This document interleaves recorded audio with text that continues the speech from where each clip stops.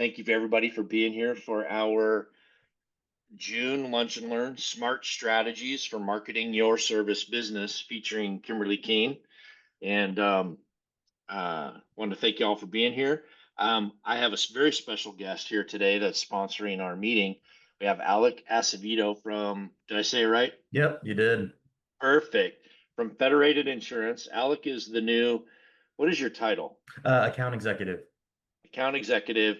So he represents Federated Insurance to associations like PHCC of Washington.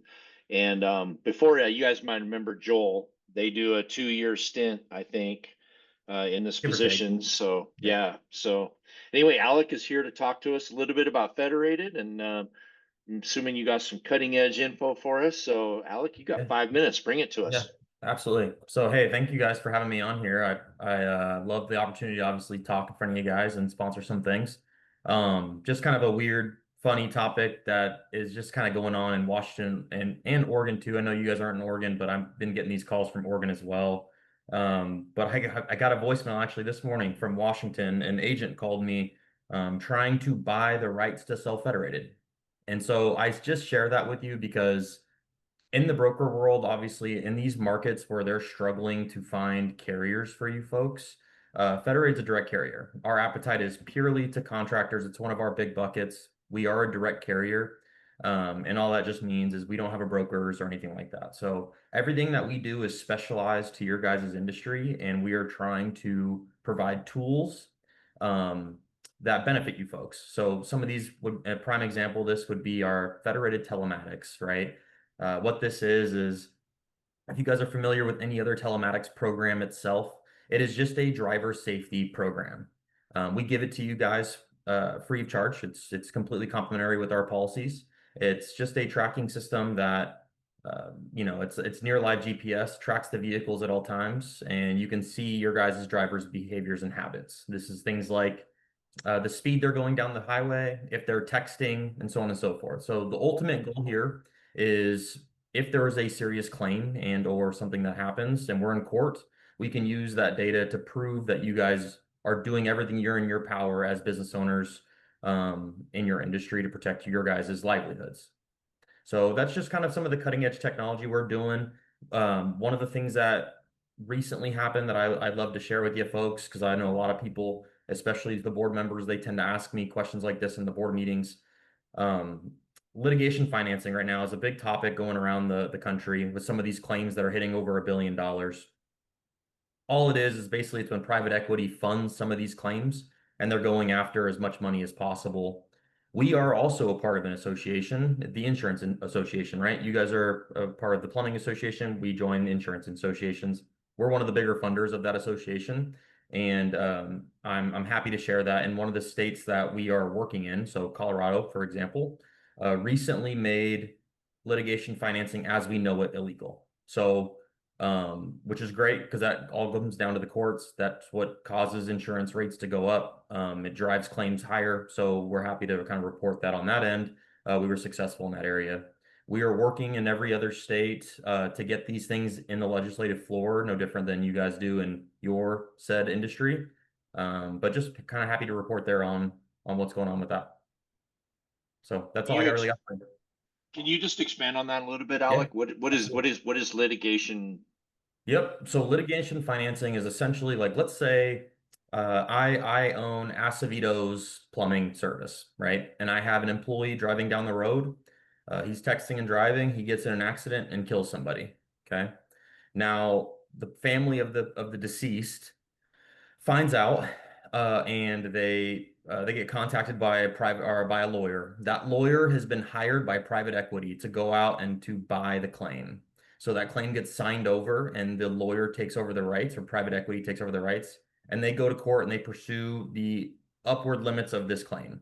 So whereas we would normally see a claim like this maybe settle out depending on how neglectful they were, it could be anywhere between 2 to 4 million if it's a death when they start at 20 and they work their way down from there. And so that's kind of what's going on is they're seeing this as the number one or a huge investment tool or a money generator. So I first heard this term back in 2020. Forbes had came out and announced that this was going to be the #1 investment by 2025. And the industry now is about $16 billion. So it's grown quite a bit. And they're projecting by 2035, it'll be around 68 billion. And in Colorado, you were able to get legislation passed and made that practice illegal. Correct, as we know it. So basically, and it's not just us, right? Like it's part of the association that we're doing. They're the ones doing it. We're help funding it. And we're a part of that association that we're pushing towards that. But basically, and you can look it up online. There's the actual form itself. Colorado had what's the word I'm looking for here? They posted it essentially, but it's making it so private equity can no longer be private. It needs to be public. So now the jury can be notified that this is being funded by private equity because as it stands, litigation financing, it's not required that they share it with the jury that it's being funded by a third party. So that's part of the issue. And then also domestic investments are not allowed to be used as part of it any longer where it was, and that's just in that specific state. So those are some of the things that we have made illegal to it. It's in a way dismantles it as we know it. Can there still be litigation financing? Yes, but it won't be as the size and scope that it was before the legislation passed. Great. So if you could get us any information on that, Yeah, anything that you think would be important for us to know as contractors, that would be great. yeah, absolutely. Thank you, Alec, for Yeah, appreciate it. making Can I your ask a presentation. clarifying question? Yeah, go for Yeah. it. Alec, did you say Federated is offering GPS for no charge? Yeah, so well, okay. So it's termed as near live GPS. So we've partnered with Cambridge, which is a big programming software company, and essentially we built our own program using them. They helped us out and we paid them to do it. We invested quite a bit of money into this. And for all of our insureds, we'll give what's called telematics to them. So that's the only caveat. You have to be an insured for this because this is something we've invested in, right? Um, I have Federated. That's yeah, why yeah. I'm So, clarifying. yep. So we'll give it to you.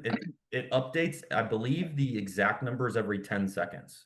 So it's not live GPS, but you will see the vehicle on the road where it's traveling, and you can see the driver's behaviors if they're texting and driving, speeding, harsh cornering, and you can also set up But there's geofencing. no, I don't have an internal dash cam, but I have an external one. In fact, my Mhm. Federated rep actually recommended not doing Yeah, sure.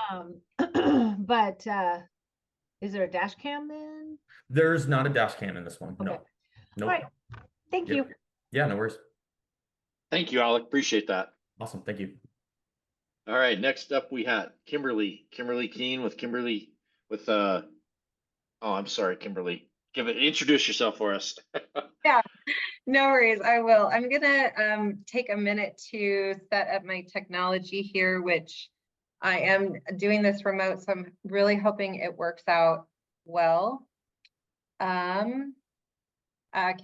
So let me know if you can see this screen. I'm hoping you can see plumbing. Yes, we can see for it. plumbing. Okay, awesome.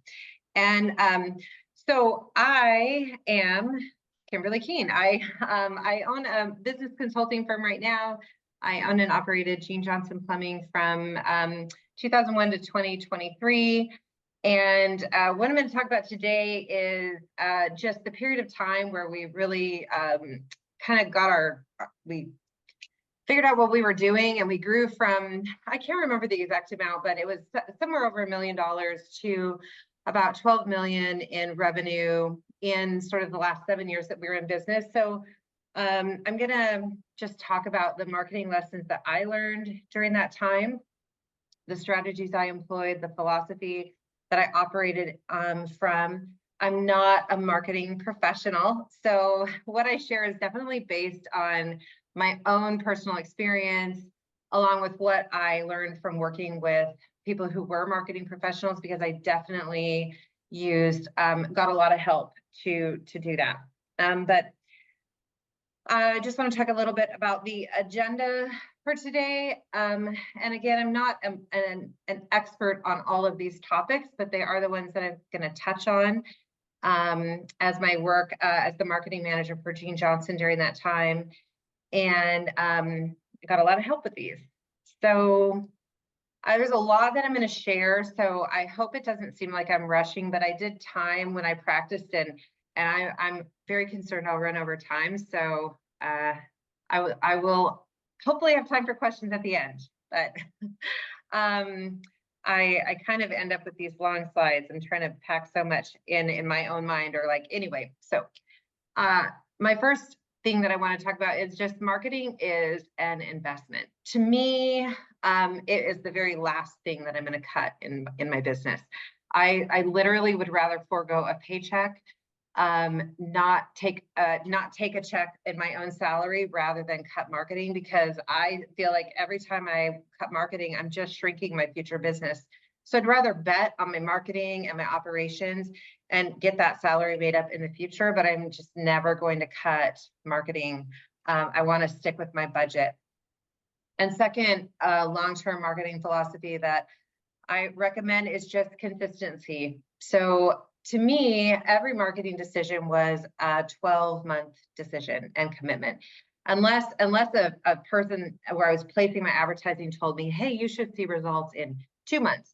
Okay, so I'm going to make a note of that, right? I'm going to say, okay, great, 2 months. I'm going to measure these results. But otherwise, there are a lot of things at play in marketing, particularly in digital. This time, it seems like it would be fast, but it takes months to fully get employed. So that's just, I just recommend thinking about these decisions in terms of consistency in order to drive long-term results and success, not jumping in and out. And then the last thing is budget, establishing a budget. These are the budgets that I operated on. I felt like a less than 8% marketing budget, and this is in terms of your annual revenue, a less than 8% budget was just survival. Like I would probably not grow, kind of stay the same. 8 to 10%, you could see steady growth, and 12% or plus for pretty aggressive growth. Usually I was right around the 10%. That was kind of the marketing budget that I operated on for the years that we were actually driving growth in the company. So next, those are kind of my overall philosophies as we go into, marketing and advertising specifics. So to me, I think that branding and messaging is really important in terms of your marketing. And to me, brand includes things like the uniforms that your techs wear, the CSR scripts how you're answering the phone. It includes the coupons and the discounts that you offer, because that sends a message to your customer. It includes your trucks, if they're old, if they're new, if they're wrapped, if they're not. The signs that you put out, whether that's in your customer's yard or on your building. And speaking of building, that is also part of the branding and the messaging that you're putting out into the community. What does your shop look like? If a customer comes into your office, what does your office look like? And if a prospective employee comes into your office, what does that look like? What kind of value do you put on your meeting room, on your warehouse, in the back of your truck for organization? All of those things are telling a message. And I think that your brand really has two customers, one that's internal and one that is external. You have your employees, those are a customer of yours as the owner, and you have your clients. So one of our first kind of branding efforts really was to clean up our own act. It was a real internal job. We cleaned up our shop. We organized our warehouse. We did not have a huge budget, but we got new furniture for the office. We went with IKEA because that's what we could afford. And we got IKEA filing cabinets and IKEA desks, and we found a used conference table. And I think we maybe got new carpet in our conference room. We were going to use that for our techs, for our meetings. And so we just we felt like this was a branding type activity for us, because we were trying to then attract the technicians that then we could actually put out in the market to support what we were trying to do. So our first job was to brand ourselves as a top company to work for. We also started a pattern of investing in new trucks so that all of our trucks would be like, this is our technician's work area. We wanted to make sure that we had air conditioning, that it was a comfortable ride, that it wouldn't break down. Like, these are all messages that we were sending to our employees, who then we wanted to go out and give this amazing message to our customer. So we started inside. all of that is really just to say that every decision you make, you have a chance to really build your brand, even if it's internal or external. And you're building your future company with all those decisions, or you're kind of putting a chip in it. You know, you're kind of breaking it down one decision at a time. Those are that's what you're building. So just a little bit, like a little interlude to talk about recruiting as a part of your marketing plan and budget. So, like every piece of content, we always thought of it as something that could be used for like a multi-purpose message. And so I think it's important to look at that in terms of recruiting as well. You want to consider how your uniforms, how your trucks, how your meeting room and your workspace, how your advertising is going to look to employees in the market, because you are sending a message, whether you want to or not. And so, you know, if you want to hire based on shared values for your team, they're seeing those values in your advertising, and they're seeing your values on social media, and they're seeing it in how, you know, what kind of equipment your other techs are running. So we also started thinking about recruiting as part of our marketing because, for example, I just put in here an example of truck revenue of $480,000. One truck in a service truck, that's about an average of $40,000 a month, which is pretty average depending on your hourly rate for a service tech. And if you only put 2% of, say you have too many calls or you need to run more calls, and you could make $480,000 if you had a guy in a truck. We started thinking about putting marketing budget towards this problem, because at 2% of $480,000, it's a $9,600 spend if you want to budget for recruiting or budget for, you know, retention of employees, however you want to look at it. But there is really no other way to spend $9,600 annually and make $480,000. So I think it's just an important conversation to have in terms of thinking about the recruiting problem as a part of your marketing plan. Like, it is just something you spend money on, whether it's sponsored posts on social media or hiring bonuses, referral bonuses, or some unique to you option. Like, this is a legitimate thing to spend money on. So, okay, I'm all done with that, but I just think it's important and helps you grow your business if you are looking to recruit. All right, so one of the first tools that I used to really get organized with marketing in the business and my budget was a marketing calendar. And it's really great for helping you outline your entire strategy. It helps you analyze the year, like when are you busy naturally and when are you slow? And then you can use that once you look at those by months to translate that naturally to your advertising spend. For example, when we were super busy, and we knew we would be more busy than usual the minute the heating season started with boiler calls and tankless, et cetera. So we would cut back our lead generation spend during those months, starting in about September. And we would then start spending more towards the spring, April, May, June. So we would reserve part of our budget. We didn't just spend it linearly, same amount every month. And we always just outline that on our marketing calendar. Another thing that we use the marketing calendar for is when we were slow, we would cut back on things that would affect cash flow. Like, that would not be a time when I would spend money to restock our uniform supply, you know, so we had inventory for uniforms. It would not be I wouldn't order, you know, signs. I wouldn't wrap a truck during that time. I would save those activities that are really important for high cash flow periods when we were busy. So the marketing calendar just helped me time the spending of cash flow, which was really all planned in the marketing budget, but the timing of it and cash flow can be really important. So I found that really helpful. And then again, some of the more obvious things of planning out promotions based on time of the year, tune-ups and hose faucets in the spring and drain cleaning when it starts to rain and things like that, just can time those promotions. And then community events as well. It just helped us plan out funds and labor for community events. And then Dennis would always do Gene Johnson for plumber every 2-year, or no, 4-year election cycle. Maybe Dennis, was it 2-year or 4-year? Can't remember. Anyway, every 4-year, yeah. On the presidential cycle, he would get these signs, Gene Johnson for plumber, which was expensive, but really fun. So we planned that on, into our spend. There was the Greenwood Parade or neighborhood events. I know that Kathy just did a neighborhood event. And so, but these things, like, you put money into being there, and you might have to buy an entry fee, and you buy candy, and you just buy things. So we would just work that all into the marketing spend, so we didn't have any surprises. And it's also, holidays are a great time to plan out stories for social media content. So I'm going to see if I can share. This might be really tricky for me, but I'm going to stop sharing for a second.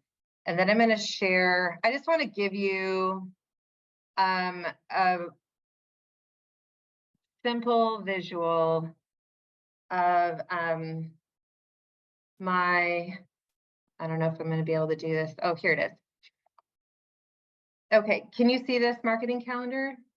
If someone give me a thumbs up. Yes. Yeah, okay.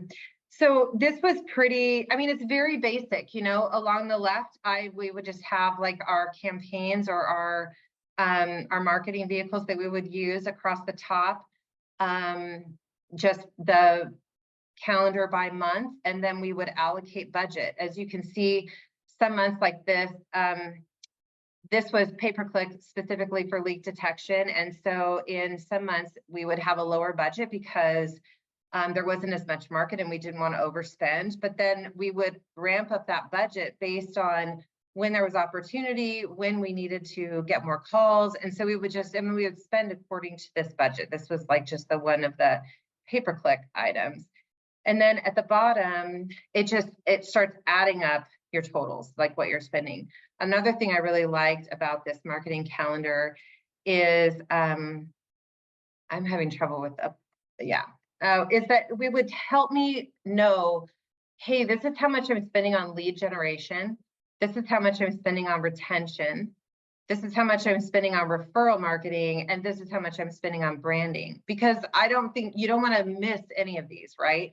But this was about the percentage that we tried to maintain, this 50% or more on lead gen, 25% branding, and then retention and referral. So I just show you this as an example of what I'm talking about for a marketing calendar in case it is helpful.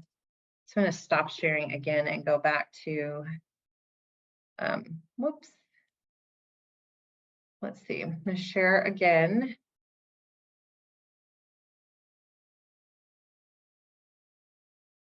Okay.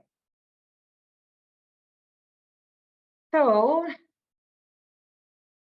back to my slides. So that's marketing calendar. Next, I just wanted to go over this idea of operations versus marketing, because I just don't think the conversation isn't really complete without discussing it.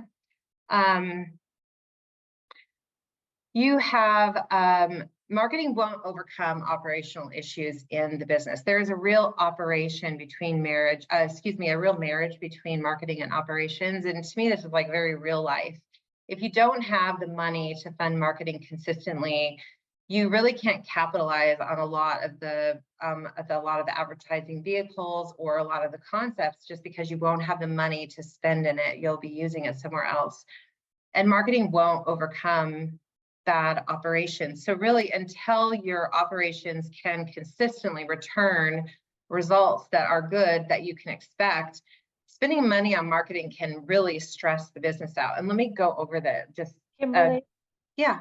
just so you know, your notes are over the top of the presentation screen. There you Oh, go. thanks. Well, then, guys, you can follow along. For sure. It was just made it hard to see the graphic. Yeah, thank you. That means I shared the wrong screen. I appreciate you giving me a heads up.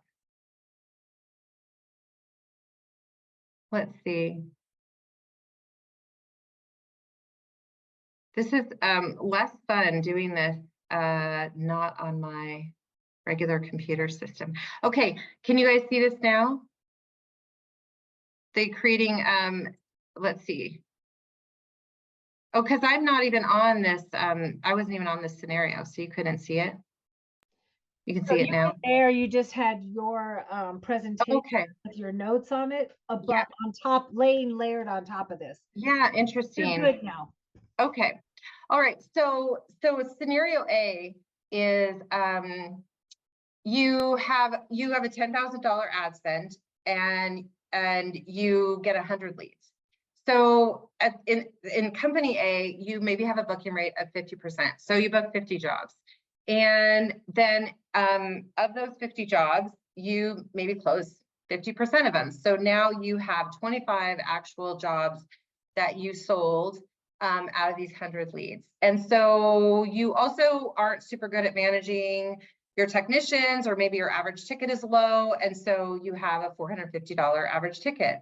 So you're going to result in $11,250 of revenue. And then at a 12% net profit margin, which is probably generous if these really were the real life stats operationally in your business, you would end up with $1,350 of profit, which gives you a net ROI that's actually negative. You will lose, be negative 86.5% return on investment for your $10,000 ad spend, as opposed to company B, same $10,000 ad spend, same 100 leads, but their booking rate is 85%. So they book 85 jobs because they've got great scripts and their CSRs know how to handle objections. And so they book 85 jobs. And then that goes to the technician and they're just a little bit better at closing.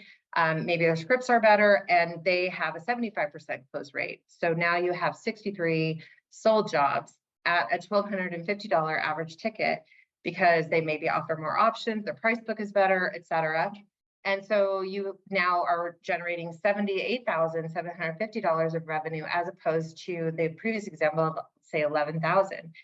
And at a 20% net profit, you generated $15,000 of profit. So you have like a return on investment of 57% for that $10,000 ad spend. And so I just illustrate this to show you that these real life statistics in the business can make a really big difference in terms of, does it actually make sense for you to invest in marketing if you're not set up operationally well in your business? It can be pretty iffy.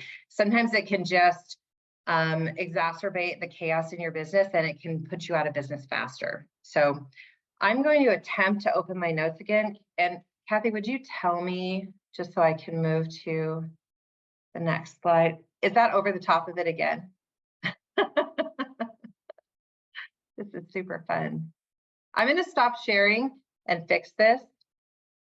Thanks everyone for bearing with me because Do you usually have two screens? yes, I usually have two screens, so it's a lot easier. And I do, but my second screen is not predictable and I don't trust it because it turned off. Is this, let's see. Now, can you see my notes as well? No, great. Kimberly, when you go to share, don't share the screens up above, but scroll down a little bit and just share the application. Yeah. Then it shouldn't do that. I think that's what I did. So can you see my notes now? Website SEO and online advertising. Okay, that's great. I'm also just dying inside a little because it's being recorded but it is what it is. It's real life. So thanks. It's genuine. Yeah, it really is. It's real life. Okay, so websites, SEO, online advertising. Again, I am not an expert in this stuff. And this is such a fast-paced world. It is changing so much. I really do recommend that you work with an agency partner. The minute you have, things get complicated and you're diving into this world, I think it is money well spent to hire someone to work with you. It is just part of your marketing budget.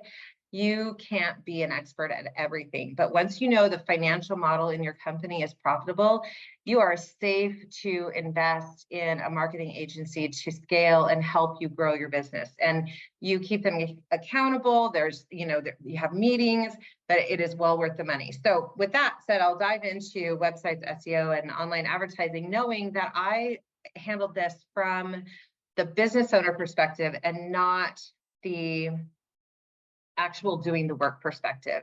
And I encourage you to give your partner, whoever you're working with, give them as much access to your systems as they need so that they can effectively monitor and present their own results. You can always check them, but they will do a lot of the work to make sure that what they're doing is effective for you and with you.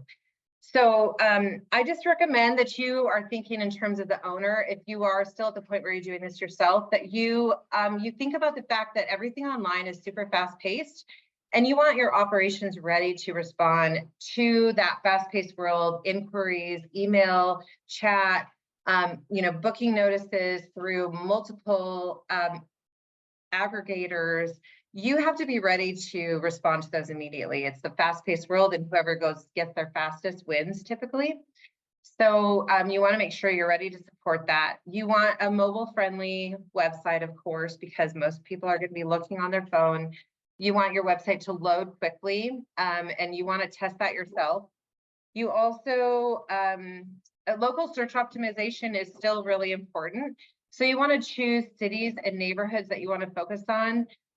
We did this with zip codes primarily, and we would always provide that list to our CSRs as well, because I think that list, when you get that done, it's a really great operational tool for your CSRs to know we do service this area, we don't. You can also use it as a guideline for all of your snail mail marketing when you are sending postcards and promotions and things like that to customers.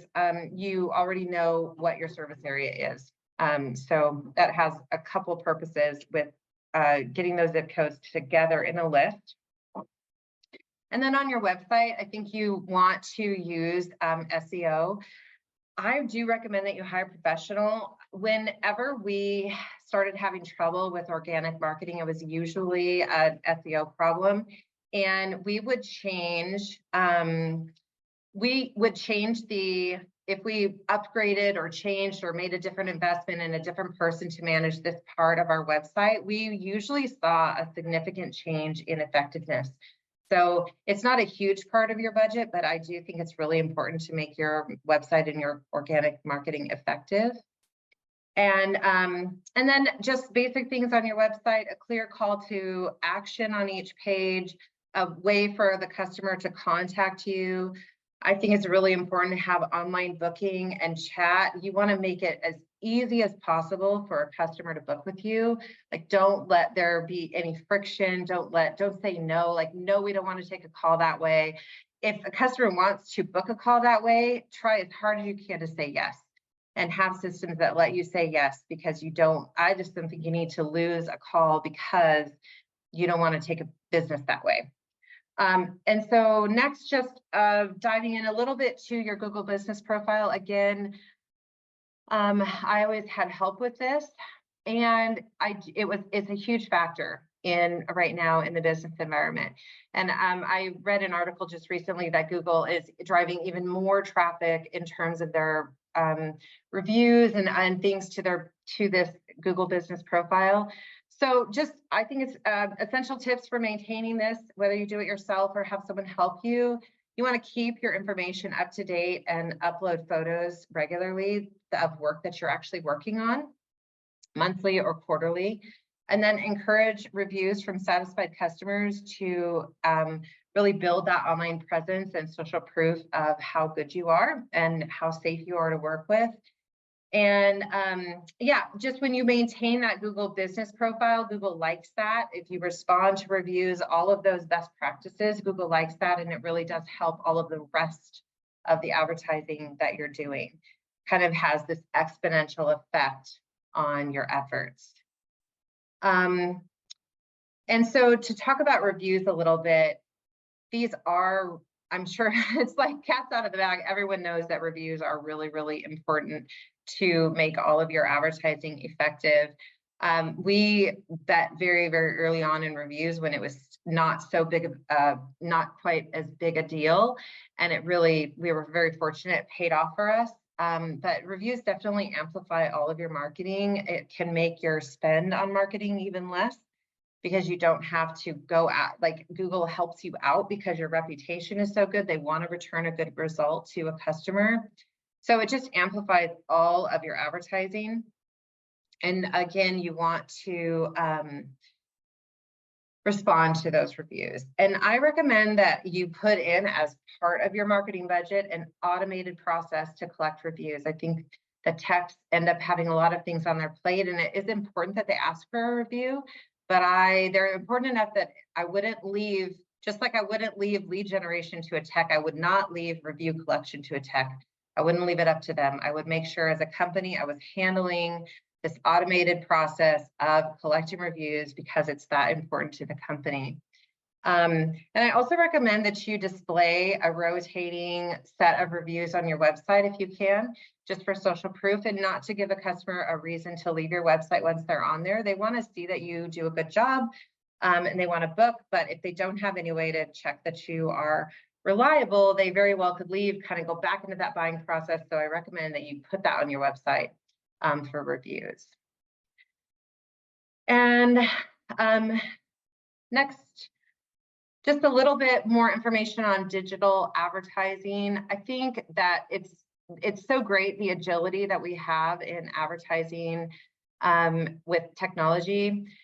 You know, like going back to the very, very old school style of marketing and advertising, we used to have to create an ad in the yellow pages once a year. And one time we had this double check ad and we were super excited about it. And I think it cost like $196,000. And this is like in early 2000s numbers. And it didn't pay off. And so I think I mortgaged my house at one point to pay that off so we could move on. And we moved on into digital advertising. And what I loved about it is the agility there. And so I just think it's like such a great thing to take advantage of. Like it's a great time to be an advertiser and be in marketing, because you can really test so many things. You can test ads, you can test offers, you can test long form versus video versus short form, and different pictures and different offers that customers like. And so you're just not stuck with using anything. And then additionally, there are so many ways to track the effectiveness of it, whereas we didn't used to have access. I didn't, as a marketer, as an advertiser, I didn't have access to results. They wasn't very effective in terms of tracking. So I do really like Google LSAs. We use those. I spent as much as I could on those for digital advertising. Also spent money on pay-per-click. We had a pretty healthy budget. It can be a real complement to LSAs because you can set up more landing pages with targeted keywords and targeted landing pages that attract the right customer. You can also advertise for job types that may not be available on Google LSAs. So, you know, I recommend definitely having a component of pay-per-click.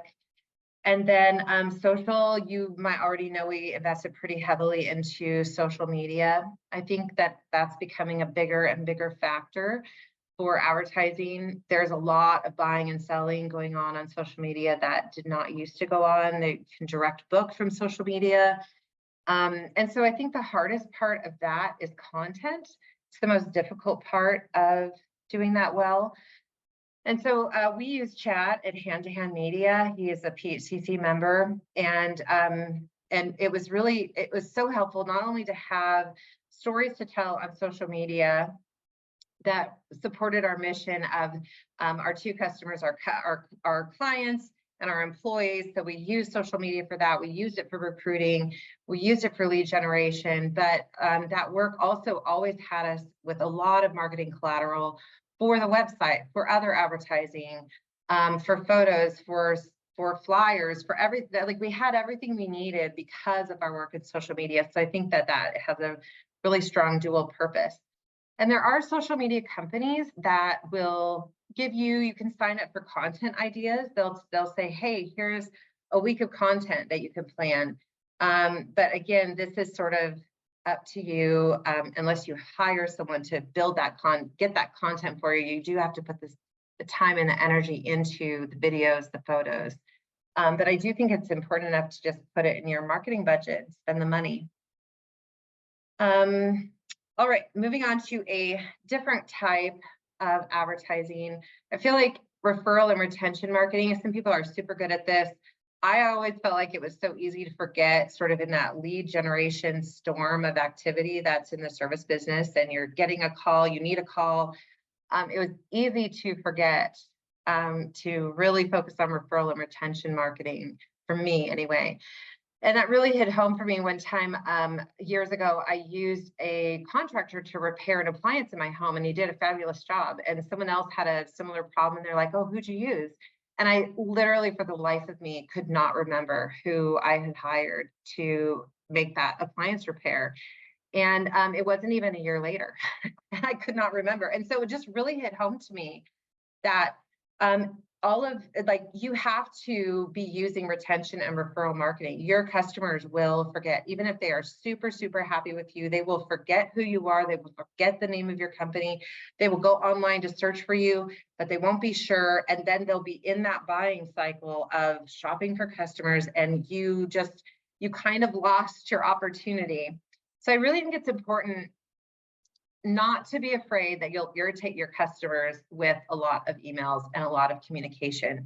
They are not remembering you, and they are not irritated. We would send thousands of messages and emails in our marketing every single year, every single month, and I had very few unsubscribes, very few irritated customers. But of course, we would unsubscribe them if they were irritated. But we also had very high open rates. And so we did a combination of all these things that I listed. We had coupons and business cards, and then a lot of automated follow-ups for service, thank you cards, both by mail and email, digital newsletters every month, thank yous, a series of follow-up emails after a job was done, follow-up emails on quotes that were not closed. So, and we just did not have negative feedback. The text sometimes gave us negative feedback, but I wasn't seeing it on the scale of what we were doing. So I just want to encourage you to reach out to your customers, say, don't forget you. And next, I feel like there is so much going on with marketing and advertising. We went over that marketing calendar was almost $1 million budget annually for the year. There's a lot of advertising vehicles to keep track of. And so this is my plug to really make sure that you have effective tools for tracking your return on investment. And for me, this took the stress out of marketing decisions completely. I was the marketing manager probably sometime early in 2000, whatever. And then in 2014, Dennis came to me because a friend of his had seen a demo for Service Titan. And this is not necessarily a plug for Service Titan, although it's fantastic if you're not using it. But I was not interested in changing software in 2014. But once I saw the tracking that we could use for campaigns and tracking revenue from the phone ringing to the completion of the call, this was a huge stress for me to track marketing. And so whatever the tool that you use, I just think it is so important to be thinking always about tracking, because there is so much ability to do that now, whether it's with AI, whatever software. There's a lot of plugins for other software.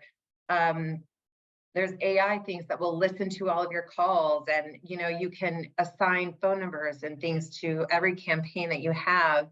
And we used to have to just rely on a lot of anecdotal things or asking customers, but now you don't have to rely on that.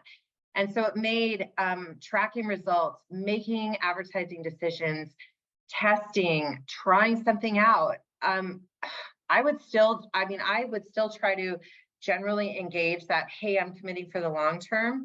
but it was so easy to make these decisions now, and to like flush, like we tried something, it didn't work, like I can just move on. It was so freeing to my mind. So I just want to plug this idea of knowing exactly what's working. It's a game changer, and make sure that whatever you're doing, you have tracking metrics on it for phone calls, for online links, for online bookings. Like every single thing can be tracked, and you can track it to revenue. So, all right, so the next slide, and I'm glad I'm only a couple slides away from done. I just want to go over some, like what I would consider effective marketing strategies that we used, highlighting what I liked, what I used.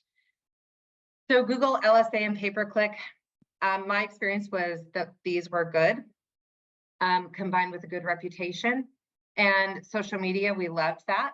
But I do have to say that this one is a work of love. Someone has to be a champion in your business and has to care about it. If you hire someone to do your social media, like your typical marketing agency, the stuff that you post will not look like you. It won't feel like you, it won't smell like you, it won't look like you. It will look like everyone else's social media that hired a agency. And so if you really want it to be effective, you have to put way more energy into it than hiring someone to post on your social media every week or so, or every couple days. But if you have to have someone in your company who's creating sincere, original, authentic content that shows who you are, and that it could only come from you. And then website SEO, I already said, I think this was important, but it was technical and you want to hire someone for this, but I think it's really important for organic reach. Yelp, Angie's List, and Thumbtack. I saw that work a lot for a lot of people. We never were able to be as good at that as I wanted. So that was really disappointing. I think that reputation and responsiveness is really important here. So if you're doing it well, bravo, I know it can be done. We were not as good at that as I would have hoped. And then Marketing Pro, this is a Service Titan product for promotions, for follow-ups, for automating a lot of things. You can also use this to track online links for people booking straight out of emails. And I thought this was a fabulous product. It was worth every penny for us. And we used it also to follow up on bids. And it was very technician specific. And then your general retention marketing, thank you cards, emails, newsletters that we went over. I thought those were really good. We did use a company called G4 Marketing, which is G and then the number 4 spelled out.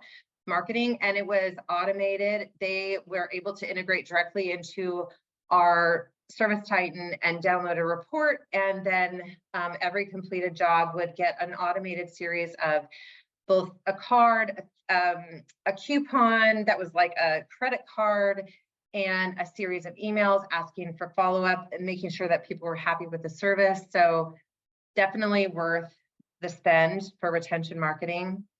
And then TV, radio, billboards.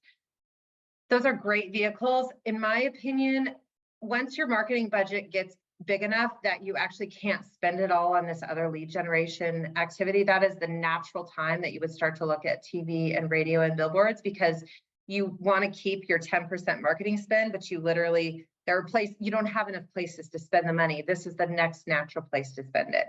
So that's when we dove into it ourselves.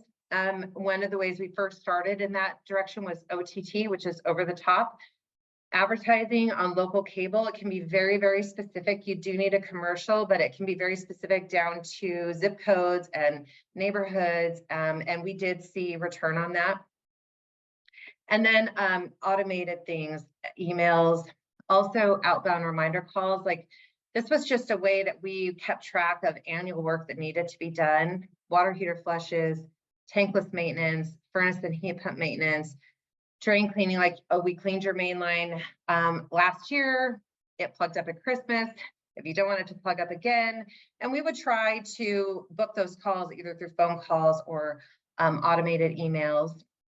And then business cards, I really like to have something special on a business card, like a referral coupon or a tech photo, something that is personable and memorable to the customers. So they'll hang on to it like, oh, I really liked that guy, so they want to call back for him again. And we would track, we had a different campaign number for business cards. And at one point we even did it per technician. And we did definitely see repeat customers and people hanging on to those business cards. And then stickers on equipment. I do recommend, again, here that you put some value add elements so it's not entirely self-serving, like what to do in case of an emergency. And then postcards. You would just have to have those ready in the office or ready at your agency. So if work is slow, you can automatically have them sent out. This isn't something that you can engage because it takes a week to print and then 4 days to mail. And so it's not very good unless you have this all ready, but these still are good for generating work and promotions. And then the last thing is a follow-up coordinator. So we did have this the last couple of years that we were running the company. It was a person who had some of their position was salaried, and it really helped us manage follow-up on work that we hadn't sold. So we had initially marketed to get the call, but then, we didn't close it. And so having a designated person who helped close calls, answer questions, find out why the customer didn't move forward, and then have the authority to actually close more. This did, it generated, I don't know, easily probably an extra $1 million out of the work on this follow-up. It might have been more. And then the only thing that did not work at all was magazine ads. I found those to be incredibly ineffective because it wasn't the work that we did. So, and I'm really conscious that I'm close to running out of time.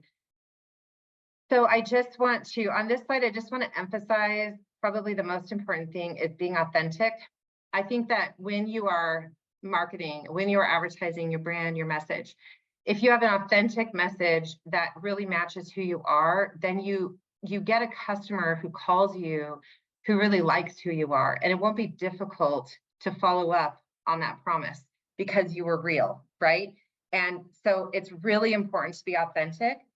And then choose a balance between, you don't want to spread your budget too thin, but you also don't want all your eggs in one basket. And that's where I think an agency partner can be really helpful for helping you find that balance.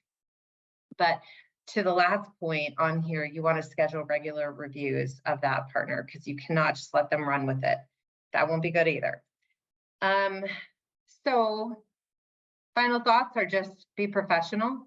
The marketing manager is actually a position in your business that is a huge responsibility. So whether it's you and you're running multiple hats, you have to pay attention to it. Operations and marketing work together, and get tracking tools because otherwise you could be throwing your money away and it's really precious.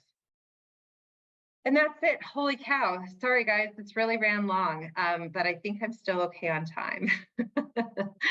And if you have any questions that you want to take offline, you can get in touch by scanning that QR code. But also, if you have any questions, we have a little bit of time left before we have to jump off. Any questions?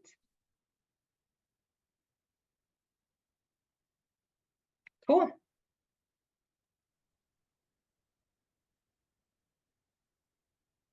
I had lots of questions, but I didn't write any of them down. Oh, that's okay. I didn't even look at if there was any comments, but Dennis, anything to add? You were there for the whole journey. Yeah, I can't believe you gave yeah, there's a lot you shared. One thing you didn't mention is almost all our marketing was within 5 miles of our shop. Oh yes, yep. Everyone's marketing all over the place. Your techs don't want to drive all over the place, and why have a licensed plumber stuck in traffic for 3 hours a day? Doesn't make any sense. Yes. There's plenty of work around your shop. Yes, very good point. That is 100% true. And the whole reason that we opened a second location was to utilize the 5 mile thing, and also because it becomes, your advertising is so much more effective really close to where your shop is. So it's a really good use of your money to advertise really close to where you operate. And then maybe, I guess, since we're just giving it all the way, the other thing is, Yeah, being able to recruit and tell plumbers that we're not going to do any drain cleaning because we've got a company that handles that. People loved to hire on because most plumbers don't actually like to do drain cleaning. it So some depends. Like there are some Yeah. who see sewers as a huge opportunity for revenue, right, and commissions. But yeah, what we ended up with were a lot of people who really wanted to do tankless and boilers, which are also high-end jobs. And yeah, so it's a trade-off, right? But yeah, to Dennis's point, and that kind of goes to my point of a values match, right? Like when you are putting out what your values are, what you're looking for, and you're just really clear about what you want to say yes to, you get people who like that, and that's who you hire. And you know what I mean? So it's really helpful to be very clear in your messaging and what you want, so you get what you want.